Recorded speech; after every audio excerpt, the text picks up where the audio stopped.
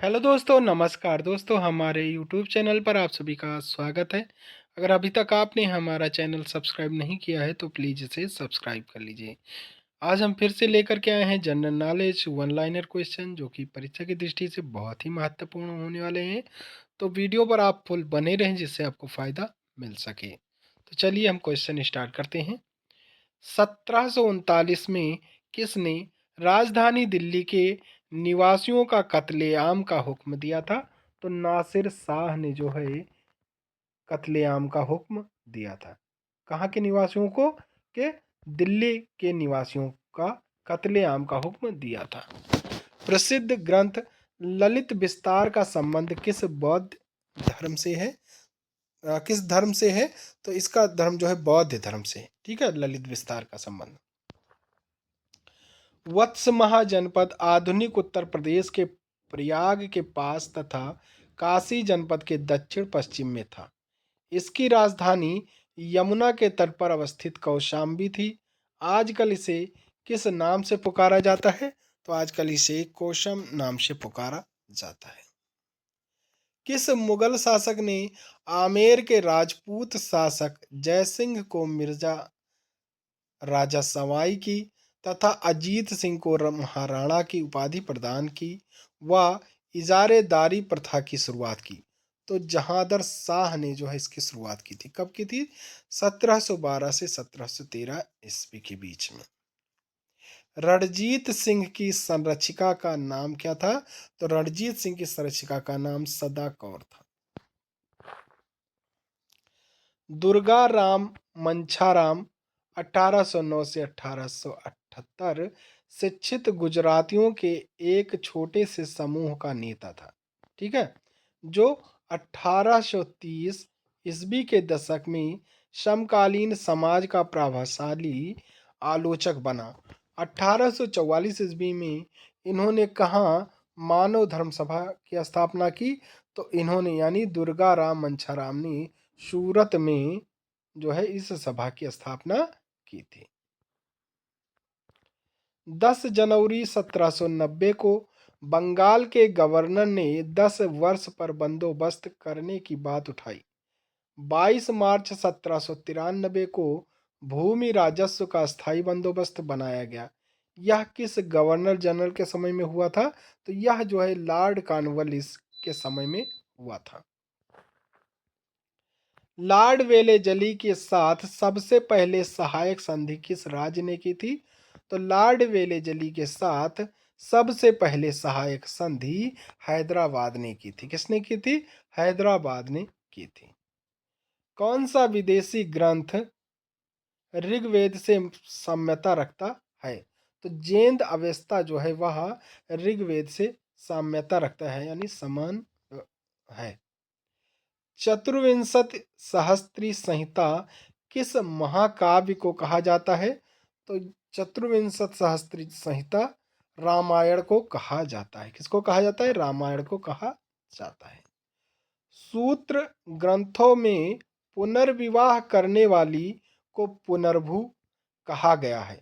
द्वितीय विवाह से उत्पन्न संतान को क्या कहा गया है? तो द्वितीय विवाह से उत्पन्न संतान को पौन भव कहा गया है। क्या कहा गया है? पौन भव कहा गया है।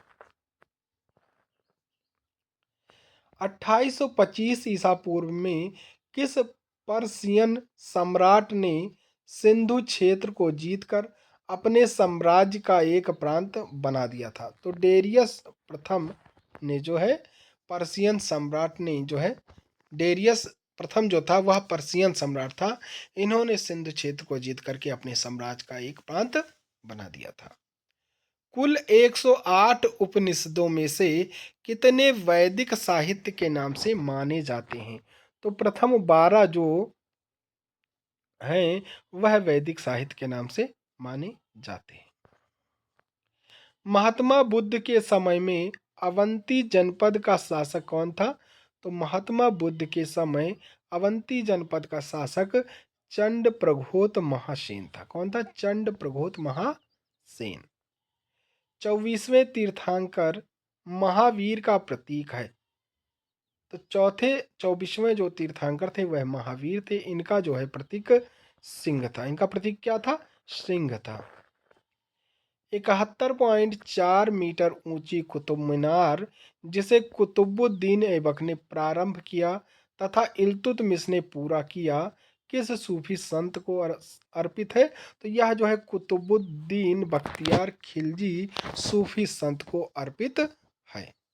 अमीर खुसरो की प्रसिद्ध पुस्तक मिफ्ताह उल फतह संबंधित है, तो यह जो है जलालुद्दीन के अभियानों से संबंधित है। इटली वेनेसिया के यात्री निकोलो डे कांटी ने किसके शासनकाल में विजयनगर साम्राज्य का भ्रमण किया था? तो देवराव प्रथम के काल में जो है विजयनगर साम्राज्य का भ्रमण किया था। किसने? निकोलो डे कांटी ने। ठीक है, यह कहाँ का यात्री था? तो यह इटली का यात्री था। किस सिख गुरु ने गुरुमुख लिपि की शुरुआत की थी? तो दूसरे गुरु अंगद देव ने जो है दूसरे गुरु अंगद ने जो है गुरुमुख लिपि की शुरुआत की थी। जहांगीर के शासनकाल में प्रचलित पद दुअस्पा सिहस्पा का अर्थ था।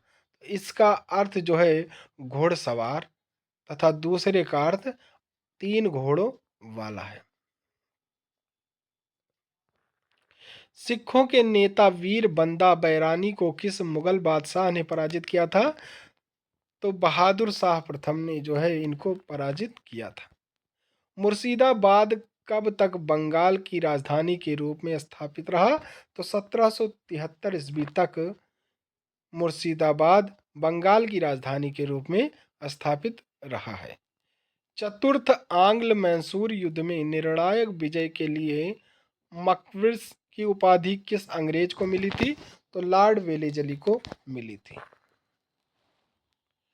200 ईसा पूर्व से 300 ईस्वी के मध्यकाल में विदेशी मूल का प्रमुख साम्राज्य किस वंश का था? तो कुषाण वंश का था।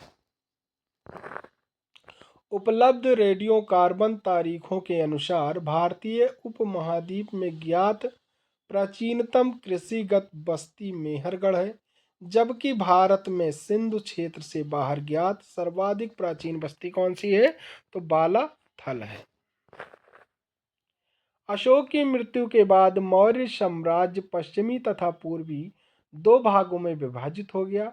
पश्चिमी भाग पर कुणाली यानी अशोक का पुत्र तथा उसके बाद कुछ समय के लिए संप्रति का शासन था। राज्य के पूर्वी भाग की राजधानी थी, तो राज्य के पूर्वी भाग की राजधानी पाटलिपुत्र थी। कौन थी राजधानी? पाटलिपुत्र थी। सल्तनत काल में सैनिक विभाग का मुख्य क्या कहलाता था? तो सल्तनत काल में सैनिक विभाग का मुख्य दीवाने आरिज अथवा आरिज मुमालिक कहलाता था। क्या कहलाता था? दीवाने आरिज अथवा आरिज मुमालिक कहलाता था। तुलुब वंश का संस्थापक वीर नरसिंह 1505 से 1509 ईस्वी था, जिसने इम्भाड़ी नरसिंह की हत्या कर नए राजवंश की स्थापना की। इस वंश के किस विख्यात शासक को आंध्र भोज के नाम से प्रसिद्धि मिली? तो आंध्र भोज के नाम से प्रसिद्धि कृष्णदेवराय को मिली थी। ठीक है, इनका जो शासनकाल था वह 1509 से 1529 ईस्वी के बीच में था। गुरु अर्जुन 1518 से 1606 ईस्वी के बीच में ने आदि ग्रंथ का संकलन किया। अमृतसर में स्वर्ण मंदिर बनवाया। मनसंद प्रथा को सुनिश्चित रूप दिया। खुसरो को आशीर्वाद देने के कारण किस मुगल बादशाह ने 1606 में उन्हें फांसी दी थी? तो जहांगीर ने जो है 1606 ईस्वी में उन्हें फांसी थी। किसको? गुरु अर्जुन देव को। ठीक है, दिसंबर 1600 ईस्वी में ईस्ट इंडिया कंपनी की स्थापना हुई और उसका सबसे पहला प्रतिनिधि हॉकिंस 1608 ईस्वी में जहांगीर के दरबार में आया। जहांगीर के शासनकाल में अन्य कौन ब्रिटिश प्रतिनिधि आया था? तो अन्य और जो है आया था वह थॉमस रो आया था। वर स्वयं कन्या के पिता से कन्या मांग कर विवाह करना प्रजापत्य विवाह यज्ञ करने वाले पुरोहित के साथ कन्या का विवाह देव विवाह।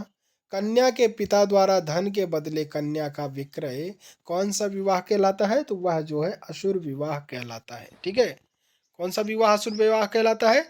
कन्या के पिता द्वारा धन के बदले कन्या का विक्रय कर असुर विवाह कहलाता है। गोपुरम किस वस्तुकला शैली की विशेषता है? तो गोपुरम जो है वह चोल वस्तुकला की विशेषता है। ठीक है, चोल यानी द्रविड़ वस्तुकला।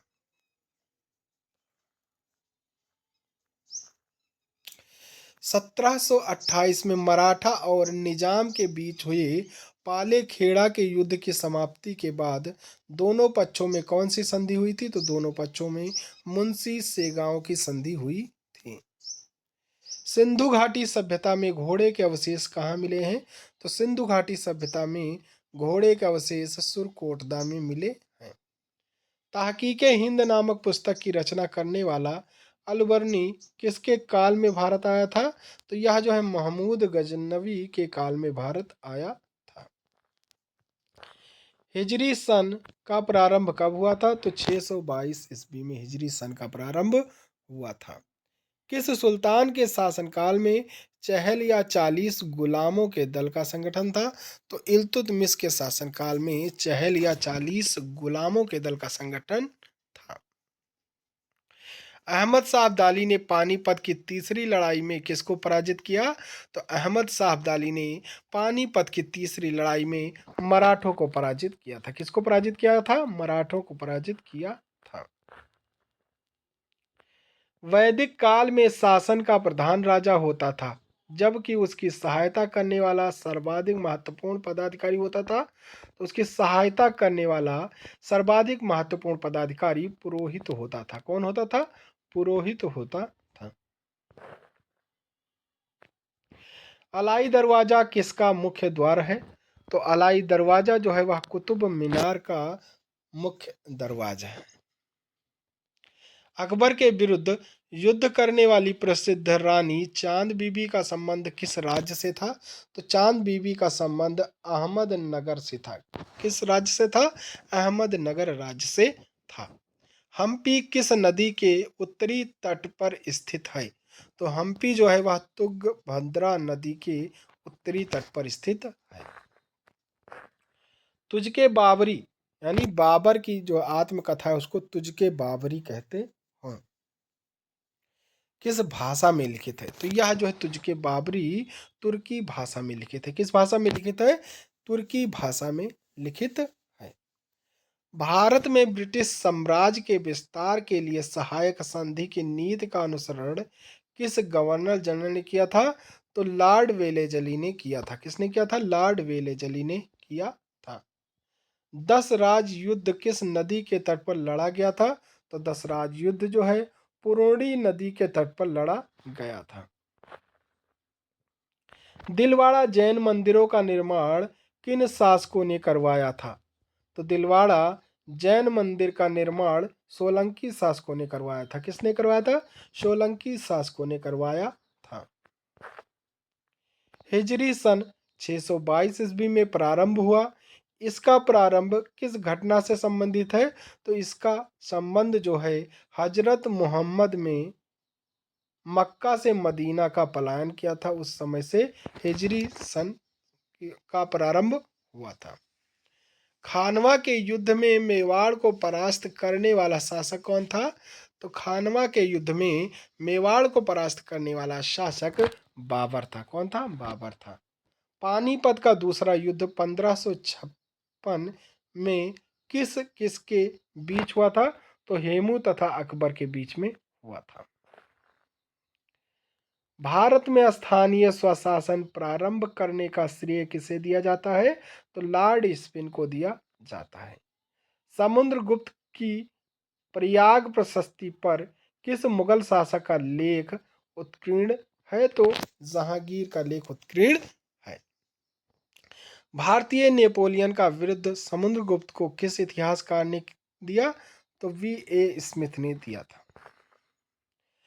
कर्पूर मंजरी का लेखक राजशेखर किसके दरबार को सुशोभित करता था? तो कर्पूर मंजरी का लेखक जो है राजशेखर था। यह जो है महेंद्र पाल के दरबार में सुशोभित करता था, यानी किसके दरबार में रहता था? महेंद्र पाल के दरबार में रहता था। मुस्लिम लेखक किस राजपूत राजा को इस्लाम का सबसे बड़ा शत्रु कहता है? तो मुस्लिम लेखक मिहिर भोज राजा को इस्लाम का सबसे बड़ा शत्रु कहते थे। कुल मनसबदारों में हिंदू मनसबदारों का प्रतिशत किस मुगल बादशाह के शासन काल में 32 था, जो समस्त मुगल काल का अधिकतम प्रतिशत था? तो यह जो है औरंगजेब के शासनकाल में सबसे अधिकतम प्रतिशत था। जहांगीर के दरबार में ब्रिटिश शासक जेम्स प्रथम का राजदूत कौन था? तो जेम्स प्रथम का राजदूत विलियम हॉकिंस था। कौन था? विलियम हॉकिंस था। याज्ञवल्क्य और गार्गी का संवाद मिलता है। इन दोनों का संवाद बृहदारण्यक उपनिषद में मिलता है। अशोक का कौन सा अभिलेख धार्मिक सहिष्णुता के सिद्धांत को समर्पित है? तो द्वादश अभिलेख जो है धार्मिक सहिष्णुता के सिद्धांत को समर्पित है। किसके सुझाव पर भारतीयों को साइमन कमीशन से बाहर रखा गया? तो लॉर्ड इरविन के सुझाव पर जो है साइमन कमीशन को बाहर रखा गया था। किसने किसके बारे में कहा, हमें इस जर्जर वृक्ष के तने पर आक्रमण करना चाहिए, शाखाएं तो स्वयं ही गिर जाएंगी? तो यह जो है पेशवा बाजीराव प्रथम ने मुगल साम्राज्य के लिए कहा था। किस शासक ने कालीकट में वास्को डिगामा का स्वागत किया? तो जर्मनी शासक ने कालीकट में वास्को डिगामा का स्वागत किया था। लाहौर के शालीमार बाग का निर्माण किस मुगल बादशाह ने पूरा कराया था? तो लाहौर के शालीमार बाग का निर्माण शाहजहां मुगल बादशाह ने पूरा करवाया था। प्राचीन भारतीय इतिहास में पाणिनि और पतंजलि 200 विख्यात नाम हैं। किस राजवंश के शासनकाल में उनका उदय हुआ था? तो शुभ वंश में इनका उदय हुआ था। किसका? पाणिनि और पतंजलि का।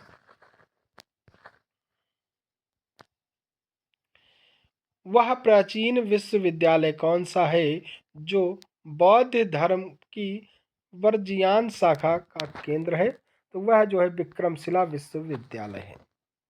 शिवाजी के वंशजों के तत्काल बाद मराठा राज्य की सत्ता को संभालने वाले उत्तराधिकारी कौन थे? तो वह उत्तराधिकारी पेशवा थे। मुगल स्थापत्य का एक उदाहरण जिसमें पहली बार संगमरमर का बहुलता से प्रयोग हुआ, वह कौन है? तो वह जो है एतमादुद्दौला का मकबरा है, जो कि आगरा में स्थित है। ग्रीक राजाओं द्वारा पाटलिपुत्र में 3 राजदूत भेजे गए थे, उनके नाम थे। तो उनके नाम जो है मेगास्थनीज, डेमेकस तथा पेट्रोक्लिम्स है। ठीक है। बौद्धों का वह धर्म ग्रंथ जिसमें गौतम बुद्ध के पूर्ववर्ती जन्मों की कथाएं संकलित है कहलाता है। तो वह जो है जातक कहलाता है, जिसमें गौतम बुद्ध के पूर्ववर्ती जन्मों की कथाएं संकलित है। रामायण के किस कांड में राम और हनुमान की पहली भेंट का वर्णन है? तो वह जो है कृष्ण कंधा कांड है, जहाँ पर राम और हनुमान की पहली भेंट का वर्णन मिलता है। गौतम बुद्ध का जन्म ... तथा मृत्यु ... में हुई है। तो गौतम बुद्ध का जन्म लुम्बिनी में तथा मृत्यु कुशीनगर में हुई है। ठीक है। गंधार कला किस काल में विकसित हुई थी? तो गंधार कला जो है कुषाण काल में विकसित हुई थी। ईसा पूर्व 6ठी सदी में विश्व की प्रथम गणतंत्रात्मक व्यवस्था कहाँ थी? तो ईसा पूर्व 6ठी सदी में विश्व की प्रथम गणतंत्रात्मक व्यवस्था वैशाली थी। ठीक है। तो आज के लिए बस इतना ही। अगला प्रैक्टिस सेट देखने के लिए आप हमारे चैनल को सब्सक्राइब कर बेल आइकन प्रेस कर दें, जिससे कि हमारे वीडियो डालते ही आपको नोटिफिकेशन मिल सके। तो चलिए, थैंक यू। जय हिंद, जय भारत।